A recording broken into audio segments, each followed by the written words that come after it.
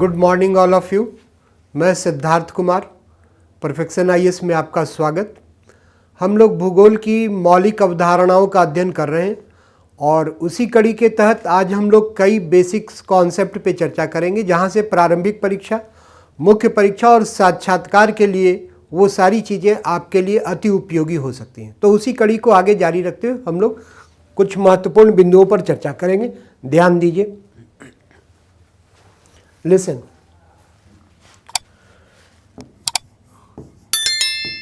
पर्वत, माउंटेन्स,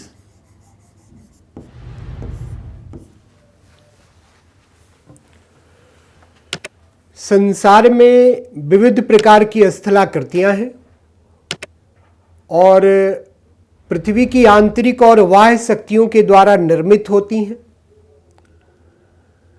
पर्वत पृथ्वी की आंतरिक शक्तियों के द्वारा निर्मित स्थलाकृति माने जाते हैं। पृथ्वी के धरातल पर ये उच्च स्थलाकृति के रूप में पाए जाते हैं।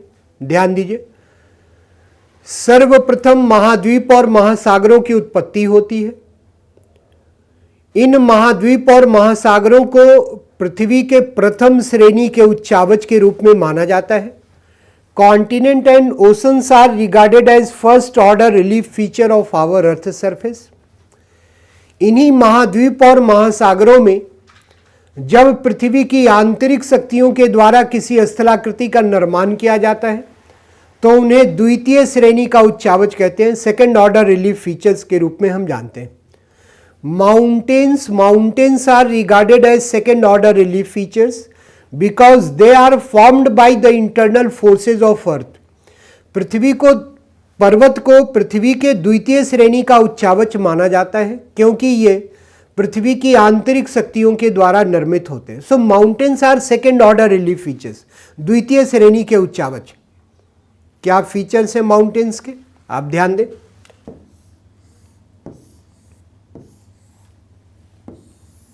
गौर कीजिए,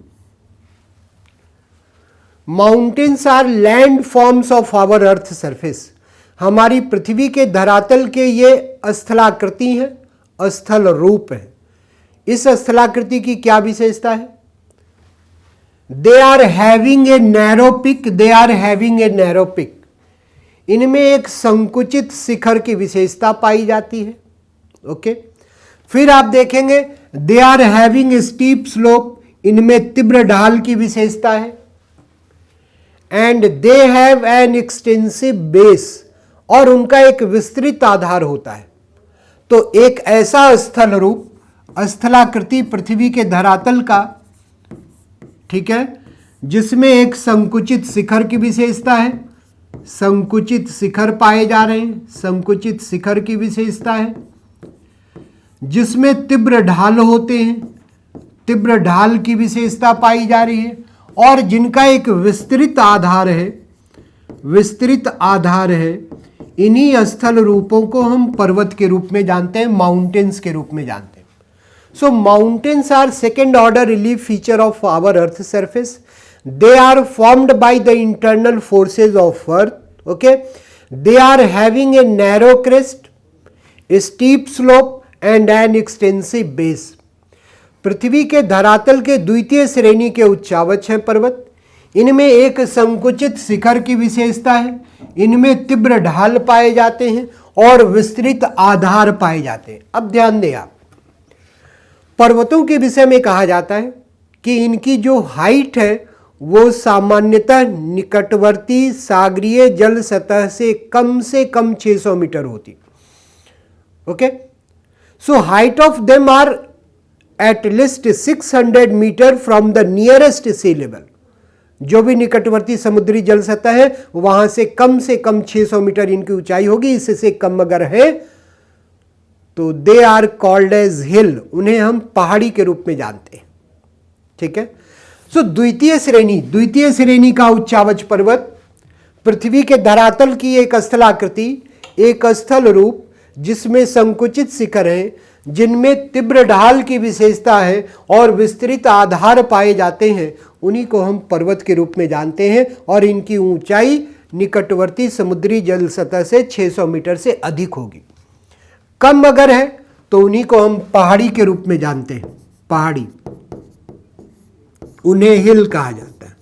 बाकी के सारे फीचर्स सेम।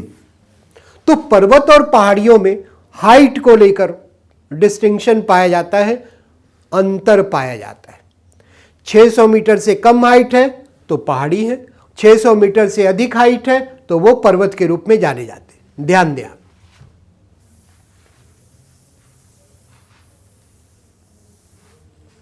गौर कीजिए, पर्वत Cuttack, mountain ridge, mountain ridge, ध्यान दीजिए। सामान्य तौर से पर्वत कटक एक समानार्थी शब्द के रूप में है, लेकिन भूगोल में इनका अर्थ अभिप्राय भिन्न है। पृथ्वी के धरातल पर पाए जाने वाले वैसे पर्वतीय संरचना जिनकी लेंथ अधिक है, जिनकी लंबाई अधिक है और चौड़ाई कम पाई जाती है, उसी को हम माउंटेन रिज के रूप में जानते हैं, पर्वत कटक के रूप में जानते हैं। So a long and narrow stretch of mountain on earth surface is called as mountain ridge. पर्वत कटक एक लंबे और सकरे पर्वतों के विस्तार को कहा जाता है जो पृथ्वी के धरातल पर पाए जाते हैं। ठीक है, तो वैसा पर्वत जिसकी लेंथ अधिक है और जिनकी चौड़ाई कम है, जिनकी चौड़ाई कम है, उन्हीं को माउंटेन रिज के रूप में हम जानते हैं, पर्वत कटक के रूप में जानते हैं। गौर कीजिएगा, माउंटेन रेंज, पर्वत श्रेणी क्या होती? पर्वत श्रेणी, mountains range. A series of mountains, जैसे मान लीजिए कि पृथ्वी के धरातल पर पर्वत है और उनका एक सीरीज है, एक क्रम है, लगातार विस्तृत है ये पर्वत। A series of mountains developed during the same orogenetic age and by the same orogenetic process. तो धरातल पर विस्तृत होने वाले पर्वतों का एक क्रम, सिलसिला, जो समान पर्वतीकरण युग में विकसित हुए हैं और जिनके निर्मित होने की प्रक्रिया समान है, उसी को माउंटेन रेंज के रूप में हम जानते हैं, पर्वत श्रेणी कहते हैं। अब ध्यान दीजिए, दोनों शब्दों के अभिप्राय भिन्न हैं। जब हम पर्वत कटक की बात करते हैं तो हम कहते हैं a long and narrow stretch of mountain on earth surface, पृथ्वी के धरातल पर एक लंबे और सकरे पर्वत का विस्तार, ये माउंटेन रिज के रूप में, कटक के रूप में। जब हम माउंटेन रेंज की बात करते हैं तो हम कहते हैं a series of mountains developed during the same orogenetic age and by the same orogenetic process. तो इसे हम पर्वत श्रेणी के रूप में जानते हैं। अब इसी प्रकार से एक मिलता जुलता एक और शब्द है जिसे हम पर्वतमाला के रूप में जानते हैं, पर्वत प्रणाली कहते हैं। पर्वतमाला या प्रणाली, माउंटेन सिस्टम। गौर कीजिए, पृथ्वी पर विकसित होने वाली पर्वत श्रेणियां, कई पर्वत श्रेणियां जो लगभग एक दूसरे के समानांतर दिखाई देती हैं, उनके निर्माण का युग समान है, उनके निर्माण की प्रक्रिया समान है, तो उन पर्वत श्रेणियों को सम्मिलित रूप में पर्वतमाला के रूप में जाना जाता है, माउंटेन सिस्टम के रूप में जाना जाता है। ठीक है, हिमालय को आप देखें, जब आप हिमालय को देखेंगे, गौर कीजिए, तो भारत के उत्तर में स्थित हिमालय एक पर्वतमाला के रूप में, Himalaya is a mountain system in north of India. अब क्यों यह पर्वतमाला है, हिमालय को पर्वतमाला क्यों कहा गया? इसलिए because Himalayan mountain system contains Greater Himalayan range, Central Himalayan range and Shivalik Himalayan range. They are mountain ranges and they all are formed during the same orogenetic age and by the same orogenetic process. Himalaya में अगर आप देखें तो यहां ये महान हिमालय दिख रहा है आपको, इसके दक्षिण में ये मध्य हिमालय दिखाई देगा और इसके दक्षिण में ये शिवालिक हिमालय आपको दिखाई देगा। अब ये तीन पर्वत श्रेणियां, ये तीनों लगभग एक दूसरे के समानांतर हैं ठीक है। इन तीनों का निर्माण युग समान है। निर्माण युग कौन सा है? टर्शियरी एज है, टर्शियरी युग, टर्शियरी युग है इनका निर्माण युग। निर्माण युग समान है और निर्माण की प्रक्रिया समान है। कैसे बने हैं? They all are formed by the folding of rocks. ये सब चट्टानों के वलन क्रिया से निर्मित होते हैं। This is the reason why Himalaya is called as mountain system. Mountain system, यही कारण है कि हिमालय को एक पर्वतमाला के रूप में जाना जाता है, माउंटेन सिस्टम के रूप में जाना जाता है। तो हिमालय एक पर्वतमाला है। अब ध्यान दीजिए, कई चीजों पे हमने अभी चर्चा की। हमने कहा माउंटेन्स क्या है, तो हमने आपको बताया कि they are second order relief feature of our earth surface. ये हमारी पृथ्वी के धरातल के द्वितीय श्रेणी के उच्चावच के रूप में माने जाते हैं। ठीक है। फिर आपने देखा कि माउंटेन्स के क्या फीचर्स हैं, तो हमने आपको कहा कि mountains are having a narrow crest, are having a steep slopes and an extensive base. पर्वतों में एक संकुचित शिखर है, उनमें तीव्र ढाल पाए जाते हैं, विस्तृत आधार पाए जाते हैं, and height of them are at least 600 metre from the nearest sea level. और उनकी जो ऊंचाई है वो निकटवर्ती समुद्री जल सतह से कम 600 मीटर है। ये आपने देखा। जब माउंटेन रिज, पर्वत कटक की बात हमने की, तो हमने कहा कि it is a narrow, long and narrow stage of mountain on earth surface. यह पृथ्वी के धरातल पर एक लंबे और सकरे पर्वत का विस्तार माना जाता है।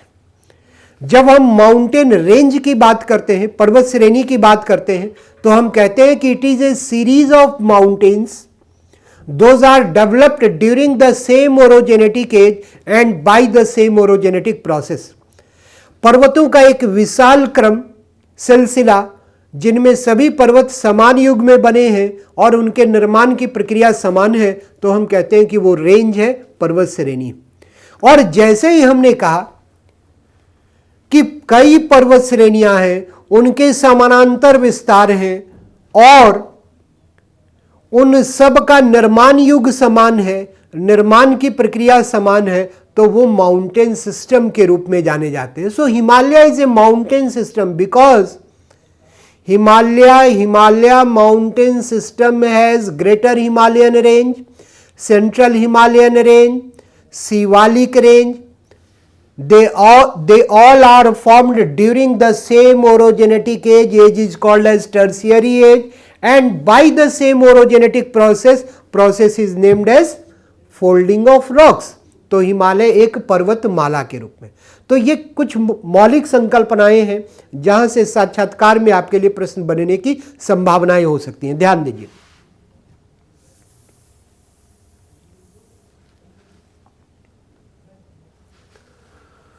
गौर कीजिए, विश्व के मानचित्र को आप देखिए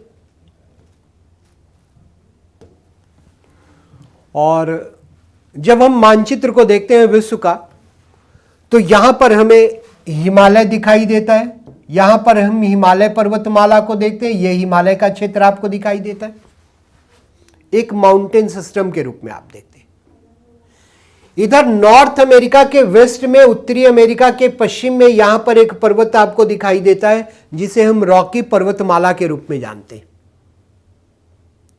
Rocky mountain system is located in west part of this continent, North America. उत्तरी अमेरिका के पश्चिमी भाग में यह पर्वतमाला विकसित पाई जाती। जब हम दक्षिणी अमेरिका को हम देखते हैं तो यहां पर हमें एक माउंटेन्स दिखाई देता है जिसे हम एंडीज माउंटेन के रूप में जानते हैं, एंडीज पर्वतमाला के रूप में जानते हैं।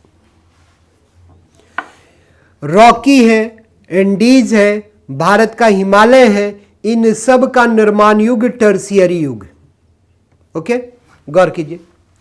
आप यहां देखिए, यहां अफ्रीका है, अफ्रीका के नॉर्थ वेस्ट में, यहां उत्तर पश्चिम में एक पर्वत पाया जाता है जिसे हम एटलस माउंटेन के रूप में जानते हैं, एटलस पर्वत के रूप में हम जानते हैं। यह भी अफ्रीका का न्यू फोल्डेड माउंटेन सिस्टम है, नवीन मोड़दार पर्वतमाला है और इस पर्वतमाला का निर्माण युग भी वही है जिसमें हिमालय का निर्माण हुआ, जिसमें रॉकी के निर्माण हुए, जिसमें एंडीज के निर्माण होते। तो कौन सा युग है? टर्शियरी युग है। आप यहां यूरोप को देख रहे हैं, और यूरोप में अगर यहां पर आप देखें, यहां पर आप देखें तो यहां पर एक पर्वत आपको दिखाई देगा जिसे आल्प्स पर्वत के रूप में जाना जाता है। कौन सा पर्वत? आल्प्स। यहां पर कौन सा? एटलस पर्वत। यहां पर कौन से माउंटेन्स? Rocky mountains. यहां पे कौन से माउंटेन्स? Andes mountains. यहां पर कौन सा माउंटेन? भारत का हिमालय, हिमालय माउंटेन्स। ये जितने भी पर्वत आप देख रहे हैं यहां मैप पर, they all are mountain system and they all are developed during the same orogenetic age of the world. Age is named as tertiary age. इन सब का निर्माण युग समान है, और वो युग कौन सा है? तो टर्शियरी युग है। टर्शियरी युग में ये विकसित होते हैं ये समस्त पर्वत। ठीक है, ध्यान दीजिए।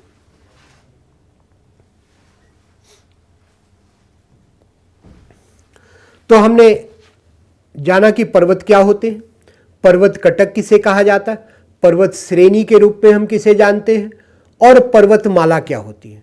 जब आप फिजिकल ज्योग्राफी पढ़ रहे होंगे तो वहां पर एक शब्द आपको मिलेगा एश्यूरी। ध्यान दीजिए, वहां पर आपको एक शब्द पढ़ने को मिलेगा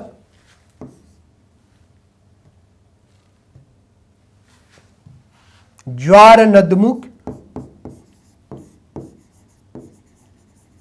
एश्यूरी ज्वार नदमुख।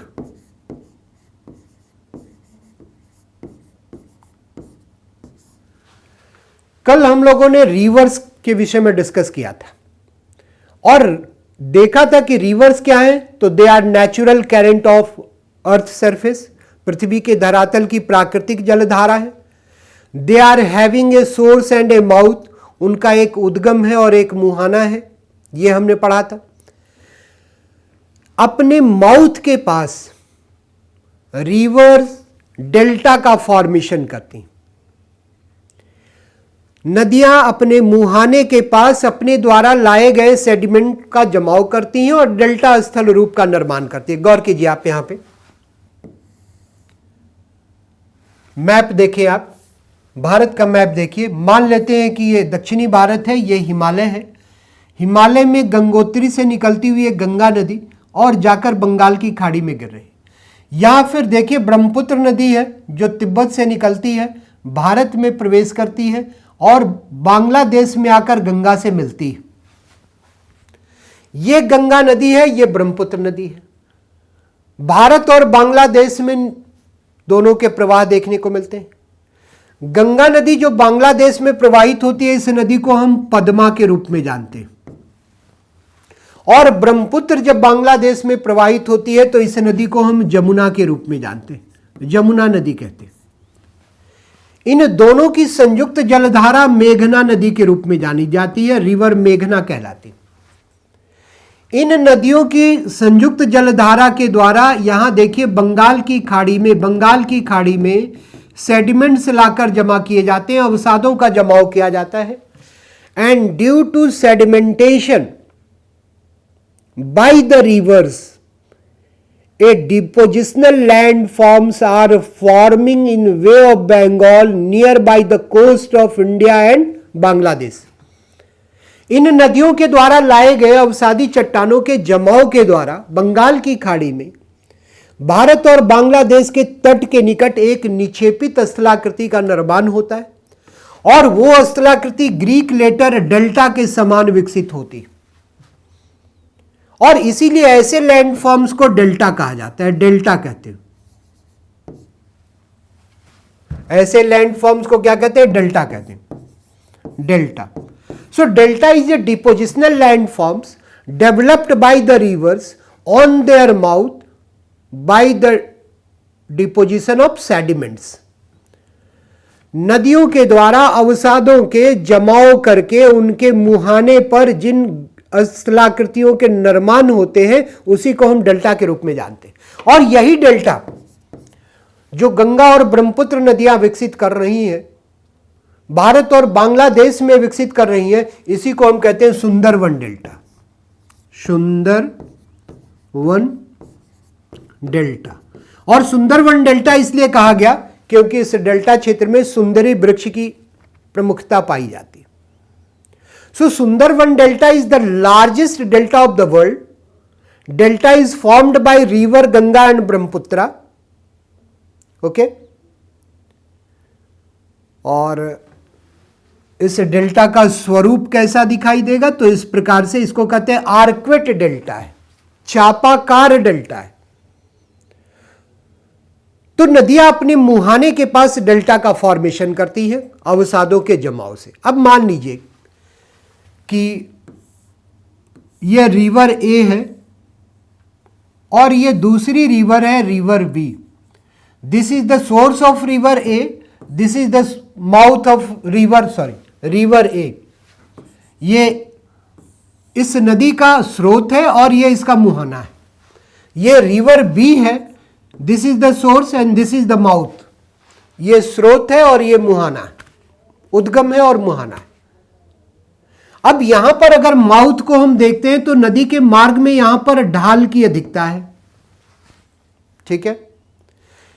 यहां पर नदी के मुहाने के पास, माउथ के पास हम देखते हैं कि ढाल कम है।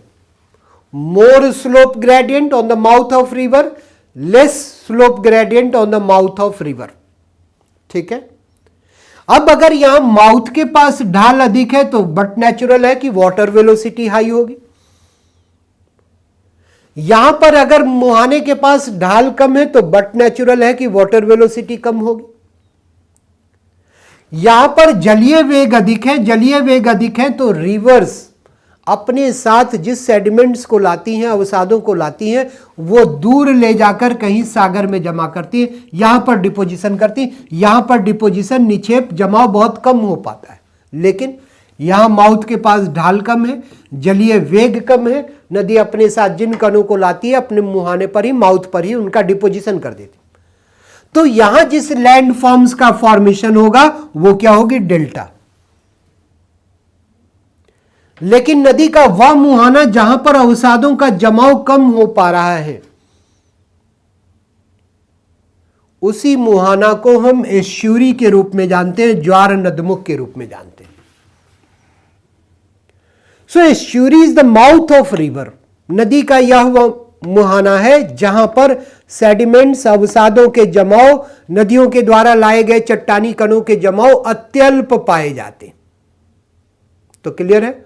Estuary is the mouth of river. नदी का वह मुहाना जहां पर ढाल की अधिकता के कारण नदियों के जलीय वेग अधिक है और जलीय वेग अधिक होने के कारण वहां पर अवसादों का जमाव बहुत कम हो पाता है। गौर कीजिए, भारत, इंडिया को देखिए। अगर आप इंडिया को देखते हैं तो इसके नॉर्थ में, पेनिनसुलर इंडिया के नॉर्थ में यहां पर एक माउंटेन है, विंध्यन माउंटेन। कौन सा पर्वत है? विंध्यन पर्वत।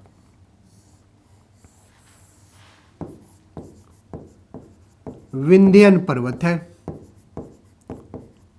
विंध्याचल भी कहते हैं इसे। इस विंध्यन पर्वत के साउथ में यहां पर एक पर्वत है जिसे हम सतपुरा कहते हैं, सतपुरा पर्वत,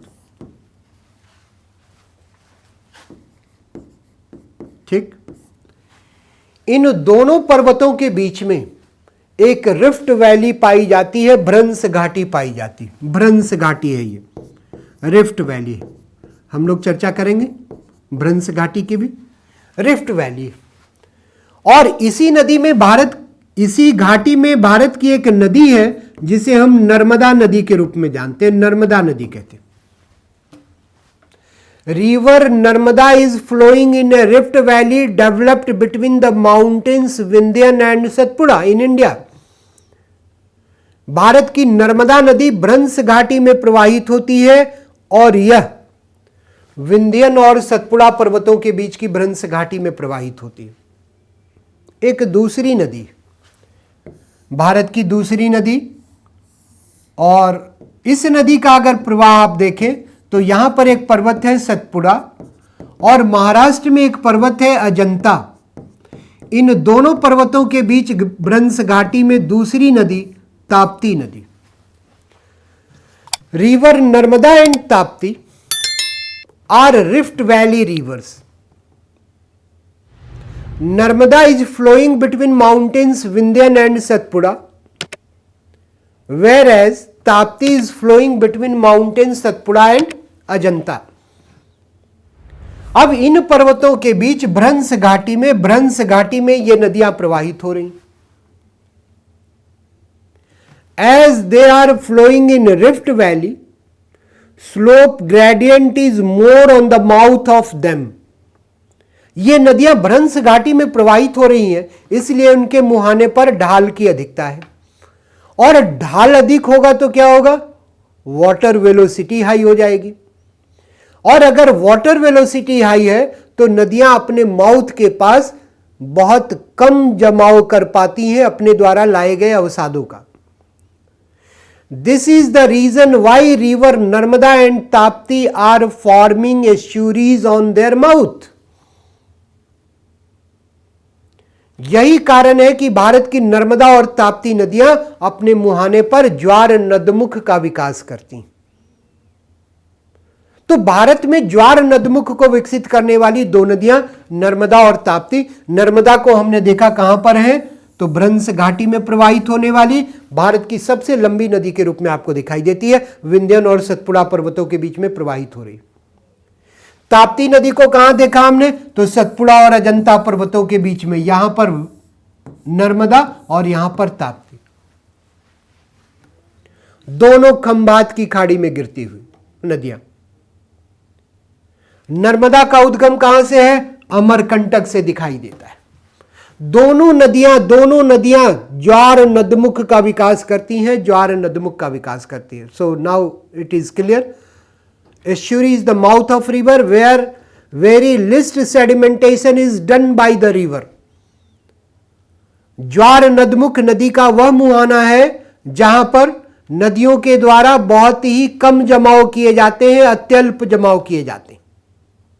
ठीक है, लिसन,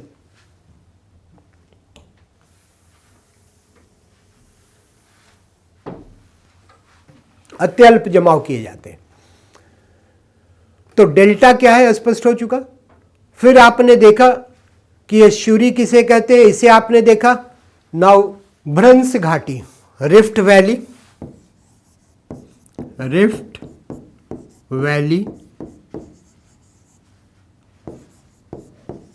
भ्रंश घाटी। ध्यान दीजिए, पृथ्वी की आंतरिक शक्तियों के कारण जब कभी भी पृथ्वी के धरातल पर दो समानांतर भ्रंशों के निर्माण हो जाते हैं, जैसे मान लीजिए कि यह धरातल है और इस धरातल पर पृथ्वी की आंतरिक शक्तियों ने काम किया और एक दरार यहां पर पड़ गई और दूसरी दरार यहां पर पड़ गई, दो भ्रंश पड़े। अब इन दरारों के सहारे ये जो लैंड मास है, सरफेस है, ये तीन भूखंडों में विभाजित हो गया। मान लीजिए ब्लॉक ए है, ब्लॉक बी है और ब्लॉक सी है। तीन भूखंड विकसित हुए। इन भूखंडों के सहारे जब पृथ्वी का ये मध्यवर्ती भूखंड अवतलित हो जाए, जैसे मान लीजिए कि इसका अवतलन हो गया, ये नीचे की ओर धंस गया, अवतलन हो गया, ब्लॉक बी। इस ब्लॉक बी के अवतलित हो जाने से जिस घाटी का निर्माण होता है, जिस घाटी स्वरूप का निर्माण होता है, उसी को हम रिफ्ट वैली कहते हैं, भ्रंश घाटी कहते हैं। Okay, so rift valley is formed by the subsidence of central land mass along with the fault plane of two parallel faults developed by the internal forces of earth. पृथ्वी की आंतरिक शक्तियों के द्वारा विकसित दो समानांतर भ्रंशों के भ्रंश तलों के सहारे मध्यवर्ती भूखंड के अवतलित हो जाने से जिस घाटी का निर्माण होगा उसी घाटी को हम भ्रंश घाटी कहते हैं। और पृथ्वी की आंतरिक शक्तियां काम कर रही हैं इनके निर्माण में, so they are called as tectonic valleys, इसीलिए इन्हें विवर्तनिक की घाटी कहा गया। भारत की नर्मदा नदी और ताप्ती नदी इसी प्रकार की भ्रंश घाटी में विकसित होती हैं और भ्रंश घाटी में विकसित होने के कारण उनके माउथ के पास, मुहाने के पास ढाल की अधिकता है और ढाल की अधिकता के कारण जलीय वेग अधिक है। So they are forming estuaries on their mouth. Germany, आप देखेंगे यूरोप में एक देश है जर्मनी, यहां देखिए ये जर्मनी आपको दिखाई दे रहा, जर्मनी, जर्मनी, ये देश है जर्मनी, यूरोप का। जर्मनी को आप जब देखेंगे तो जर्मनी में दो पर्वत पाए जाते हैं, गौर कीजिए, Black Forest and Vosges, Black Forest and Vosges, Black Forest पर्वत किस देश में? जर्मनी में। एक दूसरा पर्वत है वॉसजेज, किस देश में? जर्मनी में। इन दोनों पर्वतों के बीच में एक रिफ्ट वैली है, दोनों पर्वतों के बीच में एक रिफ्ट वैली है, ये रिफ्ट वैली मान लीजिए। ब्लैक फॉरेस्ट और वॉसजेज पर्वतों के बीच जर्मनी में यह रिफ्ट वैली, और इस रिफ्ट वैली में जर्मनी की एक नदी है रिवर राइन, रिवर राइन नाम सुना होगा आपने, राइन नदी का। River Rhine of Germany is flowing in a rift valley of Germany developed between mountains Black Forest and वॉसजेज।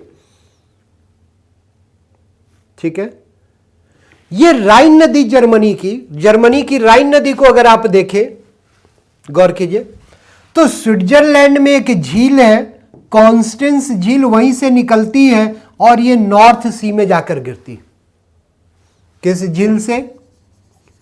Constance झील से निकलती है, कॉन्स्टेंस लेक से निकलती है और नॉर्थ सी में जाकर गिरती है, नॉर्थ सी में जाकर गिरती है। एक देश है नीदरलैंड, वहां पर मुहाने पर ये डेल्टा का फॉर्मेशन करती है। लेकिन जर्मनी में ये नदी, यहां पर ब्लैक फॉरेस्ट है और यहां पर वॉसजेज है, इन ब्लैक फॉरेस्ट और वॉसजेज पर्वतों के बीच की ब्रंस घाटी में प्रवाहित है, rift valley.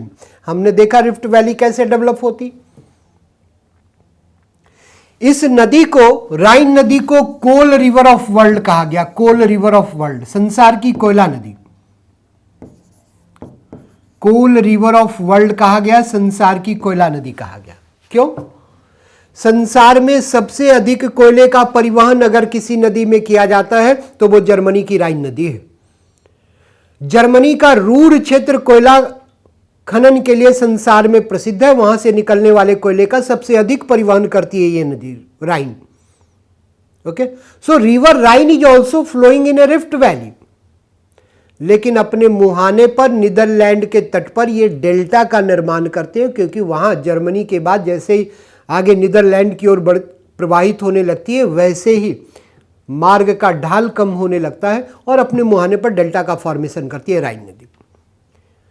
But in India Narmada and Tapti are forming estuaries on their mouth, they are draining their water in bay of Khambhat, gulf of Khambhat. Okay, so estuary क्या है, ज्वार नदमुख क्या है, डेल्टा क्या होते, पर्वत क्या है, पर्वत कटक किसे कहते, पर्वत श्रेणी किसे कहते, पर्वत माला के रूप में हम किसे जानते, इन तमाम मौलिक संकल्पनाओं का अध्ययन आज हम लोगों ने किया।